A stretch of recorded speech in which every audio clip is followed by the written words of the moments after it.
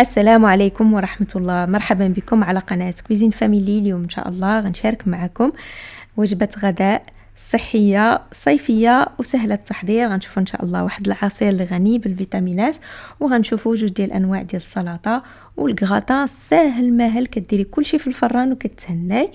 نتمنى ان شاء الله تجربوا هذه الوصفات وتشاركوا معي التطبيقات كيف العاده. وبسم الله على بركه الله. هنايا العدس كيف العاده كنرقدوه، رقدتو هكذا منها حتى ما كيتحلش ليكم ملي كيتسلق.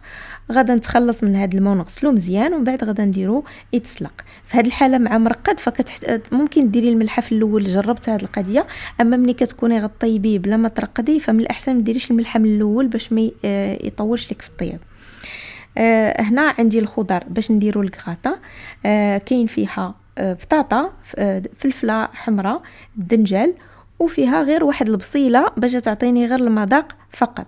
هاد الخضر هذه كلها كنت عندي الشرموله من قبل كنت دايرها في الثلاجه.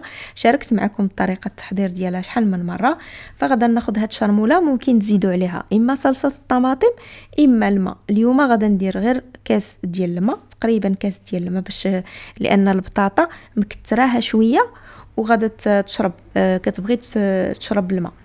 والا ممكن ديروا اما صلصه ديال الفلفل الاحمر تكونوا موجدينها في الدار كتخفوها غير بشويه ديال الماء، ولا كديروا صلصه الطماطم. صافي. هاد من بعد غنزيد الثومه.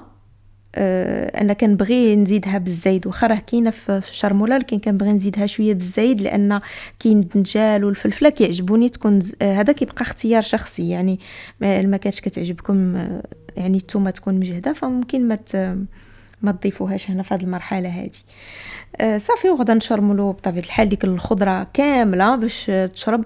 اللي غنحتاج نزيد هنا واحد شويه ديال الملحه، لان الخضره هذه كلها كتشرب وكتبغي مليحه، والا غتجيني مسوسه. يعني واخا كاينه شرموله فيها الملحه زدت واحد شويه. صافي. غدا نسقي هاد الخضر كامله، ومن بعد غدا نبدا ندير على شكل طبقات. غندير الدنجال لتحت، ومن بعد غندير الفلفله والبصله، وعاد غندير بطاطا، وغنبقى حتى غدا نكمل يعني حتى غنكمل هاد الطبقات كاملين. بالنسبه الى كاين هاد الكغاطا هذا كنديرو بجوج ديال الطرق. ممكن طيبوه في الطاجين الا بغيتو. وكاين حتى الطريقه ديال كنشوي كلشي هادشي وكنديرو على شكل كغاطا. هذا دابا حتى هو غادي يطيب على جوج ديال المراحل. هذا غادا ندخلو الفران حتى يطيب ليا الخضره، وعاد نخرجو نزيد ليه البيض. الا بغيتو ديروا بالطريقه ديال المشوي كتشويو هاد الخضر، وملي كتبغوا تدخلوهم الفران كديروهم على شكل لازان وكدهنوا بالبيض. هذاك البيض هو اللي كيلاصقها لكم. الا بغيتو نشارك معكم هاد الطريقه يدوز ان شاء الله شي اسبوع ولا اسبوعين ونديرها باش ما يكونش التكرار. ملي نكون غادا نوجدها لداري نشاركها معكم الا بغيتو. حتى هو كيجي عنده واحد النكهه خاصه ولذه خاصه.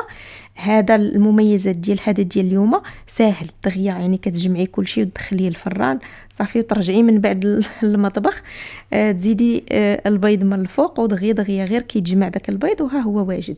سخنا الفران دابا الدرجه ديال الحراره ديالو 200. غنغطيه هكذا باش ما يطيبش ليا ديك الطبقه الفوقانيه بالزربه، باش يطيب من الداخل ويشرب داك لاصوص وديك الماء. عاد ان شاء الله نخرجو غدا نوريكم اللي غدا نخرجو. هنا غدا ندوزو للسلطه من بعد ما تسلق ليا تسلق هنا العدس. صافي. غنزيد ليه هنايا الفلفله حمراء لان فيها فيتامين سي، وراكم عارفين مع العدس فيه الحديد. فكيجي السلطه كتجي متوازنه وصحيه 100%. هنا الفلفله راه ما مشوياش، راه خضراء باش نستافدوا مزيان من فيتامين سي اللي فيها. نحاولوا نطيبوا شي حاجه نطيبوها وشي حاجه نخليوها خضراء باش الجسم ديالنا يستافد مزيان. درت واحد البصيله حمراء قطعتها رقيقه، وغدا نخلط كلشي ونخليها السلطه تبرد شويه. عاد غنزيد ليها الخضر المخمره باش حتى هي يبقاو المنافع ديالها. هنا هاد الخضره اللي كنت شاركت معاكم اللي قطعت اللوبيا رقيقه درتها مع الفلفله والكمون، جات لذيذه بزاف كتبنن هكا السلطات. انا غندير حتى الماء ديالها باش العدس يشرب داك الحموضه، وهذا ما غنحتاج ندير لا خل لا حامض. غنزيد هنايا الحبوب ديال الكمون باش يسهل الهضم اكثر. هكذا القطاني كتهضم لكم بشكل جيد. صافي، وها السلطه واجده. غادا ندوزو دابا للسلطه الثانيه. السلطه الثانيه فيها الباربه حتى هي خضره، حكيتها وزدت ليها هنا الخيار، او الخيار ولا الفقوس يكونوا محكوك حتى هو. وغادا نزيد هنا اي فاكهه بغيتو، غير هاد السلطه كتبغي يكون فيها شويه الحلاوه. ممكن دي انا درت هنا الفرomboise عندي في المجمد، هنا درت الخل، وغادا ندير زيت الزيتون وشويه مليحه. الا بغيتو راه ممكن ديروا معها شويه ديال التمر او الشريحه، خاصه الشريحه او الزبيب، او اي فاكهه توفرات عندكم. صافي، وها يعني سهله ماهله. وهنا ممكن ديروا حتى المكسرات، اي مكسرات عندكم. صافي، حتى القرقاع كيجي فيها. وغادا نخلطها ونخليها. هذه من الاحسن توجدوها على تيساع، تخليو غير المكسرات اللي تالاخر وتزيدوهم من الفوق، باش هذاك الباربه كتزيد بحال كطيب بداك الخل، وهذا كتزيد ترخى، يعني كتجي ساهله، كتجي رطيطبه. صافي، دابا راه الكغاتان طاب. كيف قلت لكم هاد الغدا راه ساهل ماهل سريع. هنا عندي واحد 6 ديال البيضات، زدت ليهم غير شويه ديال زيت الزيتون. وغادا ناخذ هذه اول مره غنحلها معاكم، الفلفله المخمره اللي شاركت معكم راني باقي ما وجدتش، مازال باغا نوجد ان شاء الله باذن الله الكميه اللي تكفاني العام كامل. هانتوما شفتوا كيفاش مخمره. دابا عاد غنخلطها وغادا ناخذ منها نزيدو هنايا على البيض باش يعطيني واحد اللون زوين. وكنديرها حتى الصباح فاش الا طيبت ليهم هكذا، يعني في العطلات ياكلوا معطلين، فكندير لهم هكا. اللي درت لهم البيض كنزيد لهم هاد الصلصه من الفوق، يعني حتى كطفي على البيض، راه شاركتها معكم في الانستغرام. هنا غادا ناخذ منها داكشي اللي غيكفيني وندخلها للثلاجه. دابا صافي غندخل ديك القريعه للثلاجه. وزدت هنايا الكمون، لان الكمون كيف قلت لكم كيسهل الهضم. صافي، وغادا نخلط هنا مزيان هاد الخليط. ما غنحتاجش، ممكن ديروا فيه شويه ديال الخل ولا الحامض الا ما عندكمش ديك الصلصه ديال الفلفله الا ما كنتوش رقدتوها، باش تزول لكم ديك الزفوريه ديال البيض. صافي، دابا الكغاتان طاب، كيف شفتوا راه بطاطا طابت.